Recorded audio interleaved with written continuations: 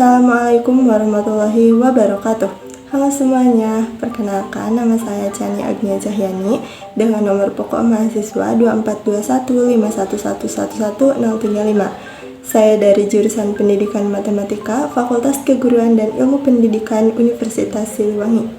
Video ini dibuat untuk memenuhi salah satu tugas mata kuliah teori bilangan dengan dosen pengampu Bapak Dedi Nurjamil Doktorandos MPD. Jadi, pada video kali ini saya akan melanjutkan pembahasan yang keempat, yaitu tentang turunan fungsi trigonometri, tentang sifat-sifat dari turunan fungsi trigonometri, yaitu aturan pembagian. Nah, tanpa berlama-lama lagi, yuk kita simak video berikut ini.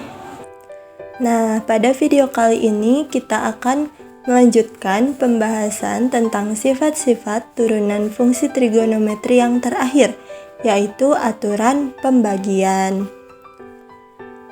Jadi, misalkan kita memiliki fungsi Y sama dengan U per V. Nah, maka kita dapat menentukan turunan dari fungsi Y tersebut dengan rumusnya, yaitu turunan U dikalikan V dikurangi turunan V dikalikan U dibagi V kuadrat. Nah, itu merupakan rumus dari aturan pembagian pada turunan fungsi trigonometri. Seperti biasa, supaya lebih paham tentang aturan pembagian, kita akan langsung masuk ke contoh soalnya. Yang pertama, yang nomor 1, tentukan turunan dari Y sama dengan kosinus X dibagi 1 ditambah kosinus X. Nah, berarti kita dapat memisalkan nih, U-nya yaitu kosinus X dan V-nya adalah 1 ditambah kosinus X. Kita cari turunan dari U, berarti turunan dari kosinus X yaitu negatif sinus X. Selanjutnya, turunan dari V adalah 1 ditambah cos X, kan V-nya itu. Berarti turunan dari 1 ditambah kosinus X adalah negatif sinus X. Nah, setelah didapatkan turunan dari U dan juga V, kita bisa langsung masuk ke dalam rumusnya, yaitu turunan dari Y adalah turunan U dikalikan V dikurangi turunan V dikalikan U dibagi V kuadrat. Turunan U-nya adalah negatif sinus X dikali V-nya adalah 1 ditambah kosinus X dikurangi turunan V-nya adalah negatif sinus X dikalikan U-nya adalah kosinus X dibagi V kuadrat, berarti 1 ditambah kosinus X dikuadratkan. Nah, ini bisa kita kalikan, berarti jadi kan negatif sinus X dikali 1, berarti hasilnya negatif sinus X.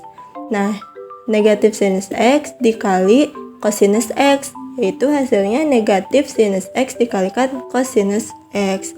Kemudian di sini ada negatif dikali negatif sinus X, berarti jadi positif sinus X dikali cos X.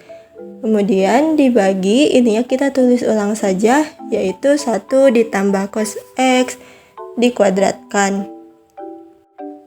Nah, ini karena negatif sinus X cos X ditambah sinus X cos X itu adalah 0 atau habis. Jadi hasilnya yaitu negatif sinus X dibagi 1 ditambah cos X dikuadratkan. Berarti negatif sinus X yang penyebutnya kita kuadratkan jadi 1 ditambah kosinus X ditambah kosinus kuadrat X. Nah, itu untuk contoh soal yang pertama. Kita masuk ke contoh soal yang kedua, yaitu fungsi Y sama dengan kosinus X dibagi sinus X ditambah kosinus X. Nah, berarti bisa kita lihat U-nya adalah kosinus X dan V-nya adalah sinus X ditambah cos X. Langkah yang pertama adalah kita menentukan turunan dari U dan juga V. Oke, turunan dari U, yaitu turunan dari kosinus X adalah negatif sinus X. Sedangkan turunan dari V yaitu sinus X ditambah cos X adalah turunan dari sinus X adalah cos X, sedangkan turunan dari cosinus X adalah negatif sinus X. Berarti turunannya adalah cosinus X dikurangi sinus X.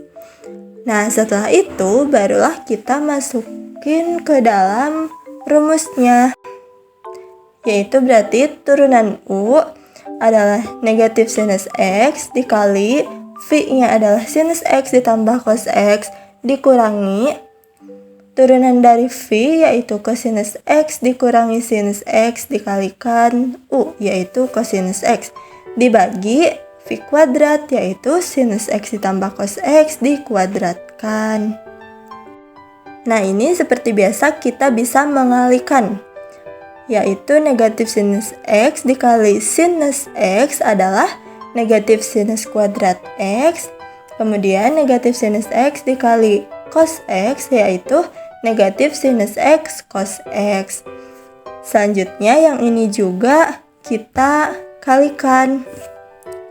Jadi cosinus X dikali cosinus X adalah cosinus kuadrat X, kemudian negatif sinus X dikali cosinus X adalah negatif sinus X cosinus X.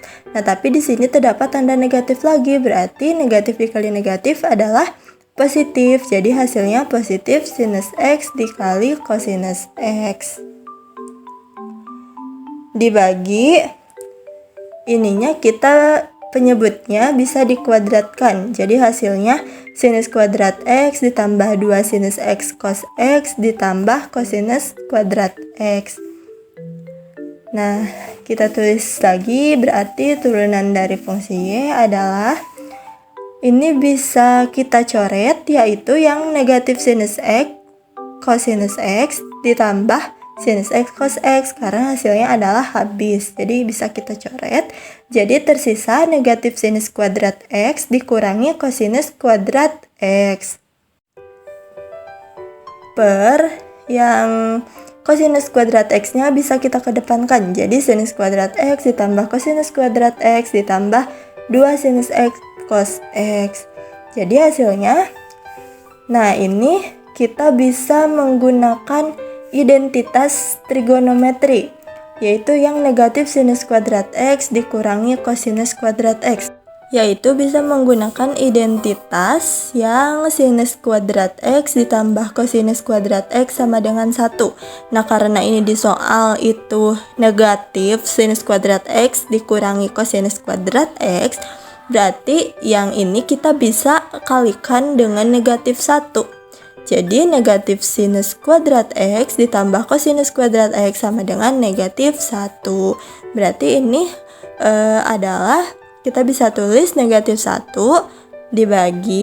Nah, ini sinus kuadrat X ditambah cosinus kuadrat X adalah 1 ditambah 2 sinus X dikalikan cos X. Nah, ini juga kita menggunakan identitas trigonometri, yaitu yang sudut ganda. Jadi hasilnya adalah sinus 2X. Nah, berarti ini adalah hasilnya turunan dari fungsi Y. Nah, itu dia aturan pembagian yang merupakan sifat-sifat dari turunan fungsi trigonometri. Oke, sudah beres sifat-sifat dari turunan fungsi trigonometri. Jadi sifatnya ada 4, yaitu yang pertama ada aturan jumlah, selisih, dan perkalian konstanta. Yang kedua ada aturan rantai. Yang ketiga ada aturan perkalian, dan yang terakhir aturan pembagian.